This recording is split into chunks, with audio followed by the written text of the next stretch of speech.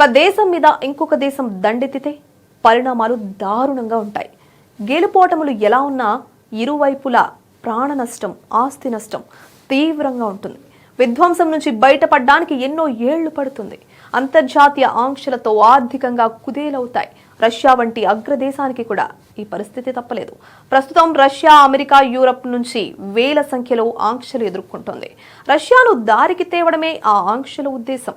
ఈ క్రమంలో మాస్కోపై ఒత్తిడి తెస్తున్న ప్రెసిడెంట్ ట్రంప్ చమురు సంస్థలపై ఆంక్షలు విధించిన సంగతి తెలిసిందే. దాంతో రష్యా చమురు సంస్థ లుకాయిల్ కీలక చర్యలు చేపట్టింది. అంతర్జాతీయంగా ఉన్న తమ ఆస్తులను విక్రయించే పనిలో పడింది. ఇందుకు సంబంధించి ఇప్పటికే కొనుగోలుదారులతో సంప్రదింపులు జరుపుతున్నట్లు వెల్లడించింది. రష్యాకు చెందిన లుకాయిల్ సంస్థకు 11 దేశాల్లో చమురు, గ్యాస్ ప్రాజెక్టుల్లో వాటాలున్నాయి. బల్గేరియా, రొమేనియాలో చమురు శుద్ధి కర్మాగారాలు ఉండడంతో పాటు నెదర్లాండ్స్లోని రిఫైనరీలో 45% వాటా ఉంది.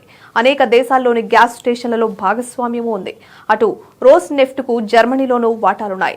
అయితే ట్రంప్ ఇటీవల ఈ 2 కంపెనీలపై ఆంక్షలు విధించిన నేపథ్యంలో రష్యా బయట వ్యాపారం చేయడం ఈ 2 సంస్థలకు కష్టంగా మారింది. రష్యా ప్రభుత్వానికి ప్రధాన ఆదాయం చమురు, గ్యాస్ ఎగుమతుల నుంచే వస్తుంది. రోస్ నెఫ్ట్, లుకాయిల్ దేశంలో అతిపెద్ద చమురు కంపెనీలుగా ఉన్నాయి. దేశ చమురు ఎగుమతుల్లో దాదాపు సగం వాటా ఈ 2 కంపెనీలదే. వీటిపై అమెరికా అధ్యక్షుడు ట్రంప్ అక్టోబర్ 22న ఆంక్షలు విధించారు. అంతేకాదు వాటి అనుబంధ సంస్థలతోనూ లావాదేవీలు సాగించే సంస్థలకు ఆంక్షలు తప్పవని హెచ్చరించారు.